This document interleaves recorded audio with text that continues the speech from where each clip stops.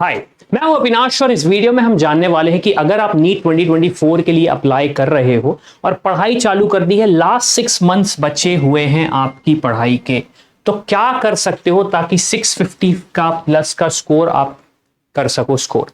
ये वीडियो हमने टॉपर्स के साथ बैठ के बनाया है, उनकी स्ट्रैटेजी हमने टेक्निकली स्टील करी और स्ट्रैटेजी को अब हम इस वीडियो के थ्रू आपके साथ शेयर करेंगे ताकि आप अच्छे से डॉक्टर बन पाओ।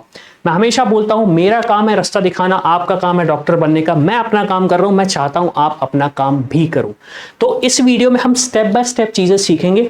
कुछ कठिन स्टेप हो सकते हैं तो मेक श्योर घबराना नहीं कि मुझे डर लगेगा मैं ये कर पाऊंगा या नहीं कर पाऊंगा। सारी चीजें अगर आप करोगे तो गारंटी है कि आप ये स्कोर कर लोगे, लेकिन हाँ, मेहनत तो करनी पड़ेगी। चलिए तो हम स्टार्ट करते हैं। सबसे पहले क्या करना पड़ेगा, तो देखो सबसे पहली चीज क्या होती है स्टूडेंट्स के साथ, एक टेंशन होता है 6 महीने बचे, अब हमारे पास क्या है, कोर्स सिलेबस भी बचा हुआ है और रिवीजन भी करना है।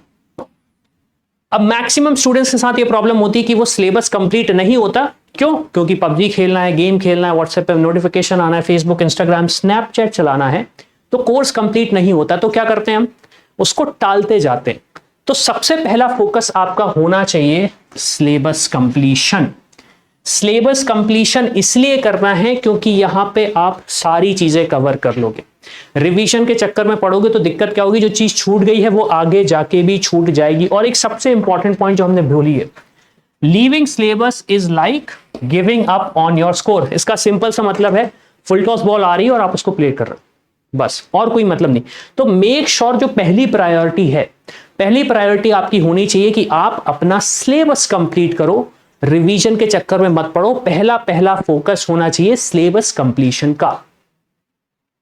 अब अगर हम नेक्स्ट पॉइंट की तरफ बढ़ते हैं तो give maximum time in weak topics. अब देखो क्या होता है ना, अगर आप क्रिकेट खेलते होगे तो आपको पता होगा जो भी बैट्समैन या बॉलर है वो अपनी फोकस करते हैं वीकनेस पे।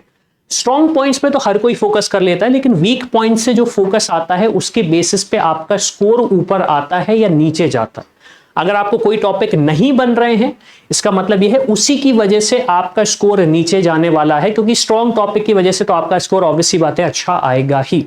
तो make sure you focus on weak topic, give maximum time on weak topics.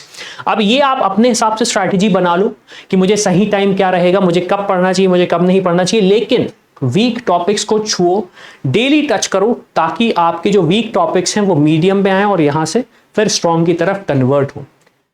ठीक है, तो अगर आपको बूस्ट करना ऑब्वियसली बात है स्कोर, तो एक चीज ये भी कर सकते हो वीक टॉपिक्स के लिए कि आप अपना मॉक टेस्ट रेगुलरली दो।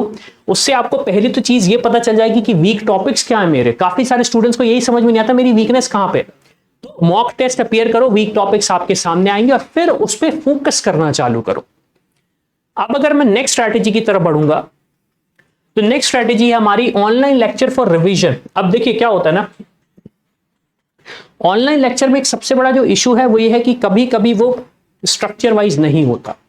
तो आप उसको एक्चुअली यूज करो, ऑनलाइन जो रिकॉर्डेड लेक्चर है for revision by doing this. क्योंकि जब आप रिवीजन करना चाहोगे तो ऑनलाइन लेक्चर के थ्रू आपके जो बहुत सारे कंसेप्ट्स मिस हो रहे होंगे रिवीजन में, वो भी आपको रिवाइज हो जाएंगे, वो भी आपको रिवाइज हो जाएंगे।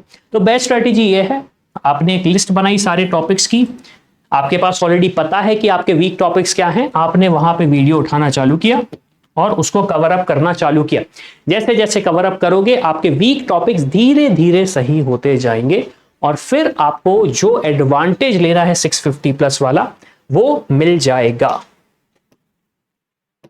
नेक्स्ट पॉइंट जो हमारा है, स्टार्ट मेकिंग नोट्स। अब ये सबसे बड़ी दिक्कत है स्टूडेंट्स के साथ, डिस्ट्रैक्शन होता है। आई अंडरस्टैंड, हमारे टाइम पे सबसे बड़ा एडवांटेज ये था कि हम क्लास जाते थे तो हमारे पास सिर्फ और सिर्फ एक कॉपी होती थी, उस कॉपी में हमें लिखना पड़ता था, कोई नोटिफिकेशन नहीं आते थे। लेकिन आज के टाइम पे क्या हो गया, सारी चीजें ऑनलाइन हो रही हैं।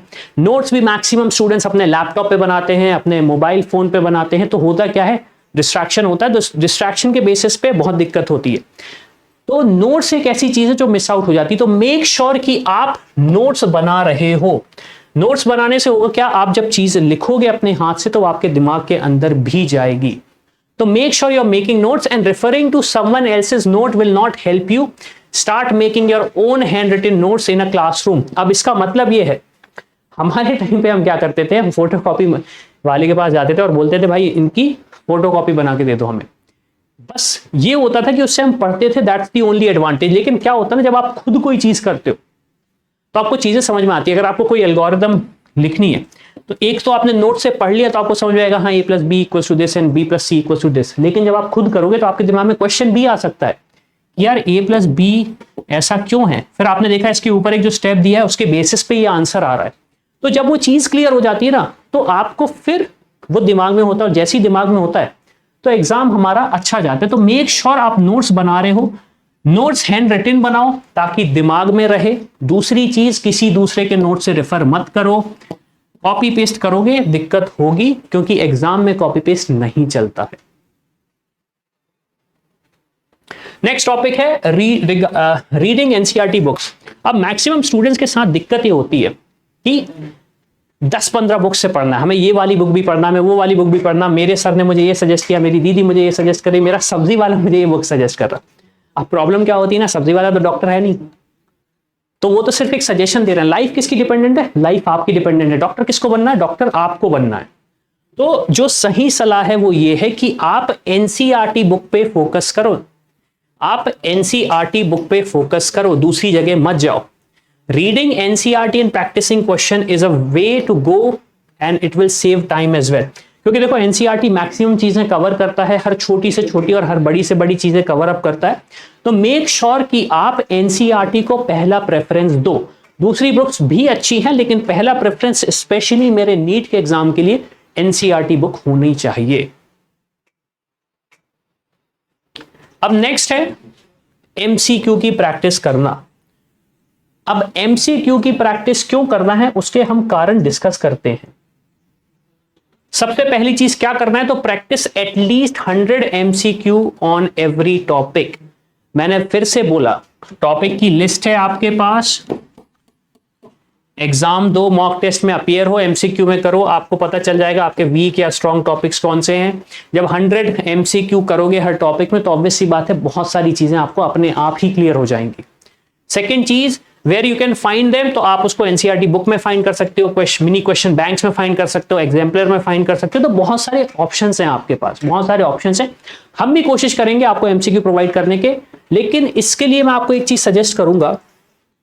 पहला फोकस हमेशा होना चाहिए एमसीक्यू में प्रिपेयर करने के लिए कि टॉपिक वाइज 100 एमसीक्यू को कवर करो, 100 क्वेश्चंस को कवर अप करो। Now you can also use them for your revision। अब सबसे बढ़िया तरीका है एमसीक्यू का रिवीजन के लिए, सबसे बढ़िया तरीका, हमेशा एक स्ट्रैटेजी अपनाओ। जो एमसीक्यू आपने सही किया उसको बाद में पढ़ो, जो एमसीक्यू आपने गलत किया उसको पहले पढ़ो, कारण समझो कि आंसर गलत क्यों हुआ और उसका सही आंसर क्या था। और finally for weak areas number of MCQ should be more. जहां पे मेहनत ज्यादा करनी है क्वेश्चन भी हमें ज्यादा करने पड़ेंगे। नेक्स्ट आता है रिवीजन, जो सबसे इंपॉर्टेंट चीज है। फोकस पहला क्या, सिलेबस कंप्लीशन में, दूसरा रिवीजन में। तो रिवीजन की अगर मैं बात करूं तो revision should be done before every test. Revision आपको करना है बिफोर एवरी टेस्ट। क्यों? क्योंकि आपको ब्रश अप करने हैं अपने कंसेप्ट। ऐसा नहीं है कि आपको सारे कंसेप्ट याद रहेंगे, कुछ टिप्स एंड ट्रिक्स देखो जिससे आपको वो कंसेप्ट बने, ताकि टिप्स में ही उन क्वेश्चंस के आंसर आपको मिल जाए। दूसरी चीज, prepare and revise weak areas before every test. और उसके बाद for revision quickly refer to notes, formula sheet, concept sheet and solved examples. जैसे कि मैंने पहले बोला, टिप्स एंड ट्रिक्स, जो भी प्रोडक्टिव वेज हैं जिससे आप अपने आप को प्रोडक्टिव कर सकते हो, चीजों को याद रख सकते हो, वो यूज करो फॉर रिवीजन। उससे आपको बहुत ही ज्यादा फायदा होगा। नेक्स्ट टॉपिक है मॉक टेस्ट। अब मॉक टेस्ट क्यों अपीयर होना है, मैं इतनी मेहनत कर तो रहा हूं। देखो मॉक टेस्ट एक तरीके का एग्जामिनेशन है जिसके बेसिस पे आपको पता चल जाएगा कि आप एग्जैक्टली कहां पे हो। आप किसी से भी झूठ बोल लो, आप मम्मी पापा से बोलो कि मेरी पढ़ाई बहुत अच्छी चल रही, मुझे कुछ भी करने की जरूरत नहीं, मैं तो बिल्कुल क्लियर कर लूंगा। मॉक टेस्ट अगर सही तरीके से दिया, ईमानदारी से, विदाउट चीटिंग, तो आपको एग्जैक्टली बता देगा कि आप कहां पे खड़े हो। ओके, तो पहले complete 720 marks of mock test, recommended 1 per week. दूसरा, no need of giving mock test of full syllabus, half और quarterly portion is also good. अब सबसे बड़ी दिक्कत यही होती है स्टूडेंट्स के साथ, अगर मॉक टेस्ट की बात करनी तो पूरा का पूरा देते, ये भी मैं गलती करता था। तो आप उसको डिवाइड भी कर सकते हो। Give PPT OMR mock test, it will help you prepare for your mind of the examination. ये सबसे ज्यादा इंपॉर्टेंट चीज है। जब आप नीट की स्पेशली प्रिपरेशन कर रहे हो तो जो मॉक टेस्ट होंगे आपके वो OMR में ही होंगे, जो एक्चुअल एग्जाम होगा वो OMR में ही होगा। तो मेक श्योर कि आप जो मॉक टेस्ट दे रहे हो वो भी OMR फॉर्मेट का ही हो। And full syllabus mock test are recommended after February 2024। हमने पूरी प्रिपरेशन कर ली, फिर फैब के बाद मतलब मार्च के स्टार्टिंग में हम पूरा सिलेबस का मॉक टेस्ट देना स्टार्ट करें, पूरे सिलेबस का मॉक टेस्ट देना स्टार्ट करें। तो इसी के साथ ये वीडियो खत्म होता है। Make sure you follow the strategy, कोशिश करो, मेहनत करो, सक्सेसफुल जरूर होगे। 650 का टारगेट हमने एक लास्ट वीडियो बनाया था कि 2024 में क्या होने वाला है। 650 प्लस अगर आपके आ जाते हैं तो आपका एक सेफ स्कोर है और आप कंसीडर कर सकते हो कि आपको अच्छे ऑप्शंस मिलेंगे, आपको आपका ड्रीम मेडिकल कॉलेज मिलेगा। आप अगर कोई क्वेश्चन है रिलेटेड टू नीट, कुछ कंफ्यूजन है, कोई चीज समझ नहीं पा रहे हो, तो सारी चीजें डिस्क्रिप्शन में दी है, प्रोफाइल एनालिसिस फॉर्म दिया गया है, उसको फिल करो। ये जानना चाहते हो कि आपके पास क्या ऑप्शंस बचेंगे अगर आप नीट के लिए अपियर हो रहे हो, तो ये सारे डिटेल्स आप हमें कमेंट्स में पूछ सकते हो और हमारी टीम आपको गाइड करेगी। तो इसी के साथ ये वीडियो खत्म होता है and I will see you in the next one.